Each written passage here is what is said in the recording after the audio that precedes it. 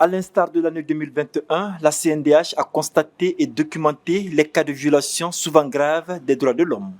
Au-delà des droits civils et politiques, il y a eu des droits économiques, sociaux et culturels qui ont été violés. La fermeture des écoles, telle que l'absence des services sociaux de base au niveau du théâtre des opérations, telle que l'absence des services de santé.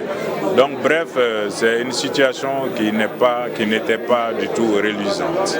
Ce rapport s'est aussi penché sur la question sensible de l'esclavage par ascendance qui accourt dans certaines régions du pays, plus particulièrement dans la région de Caille. L'esclavage par ascendance également, donc qui a connu des manifestations souvent très violentes. Il vous souviendra l'assassinat odieux de la dame Diogo Sidibé dans la région de Caille. Donc il y a eu d'autres actes de violence du genre que nous avons dénoncés et que nous déplorons. La commission déplore de ne pas avoir pu enquêter sur des allégations de violation des droits de l'homme dans certaines parties du pays. Quand nous ne sommes pas autorisés à aller mener des investigations sur des allégations de violation des droits de l'homme, surtout imputables aux forces de défense et de sécurité, donc les conditions sécuritaires ne nous permettent pas d'être sur le terrain.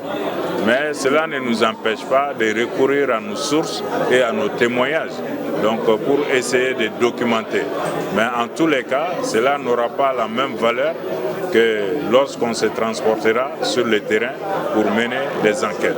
Toutefois, le rapport note des avancées concernant la relecture des codes de procédure pénale du code pénal afin d'y insérer les infractions relatives à l'esclavage par ascendance.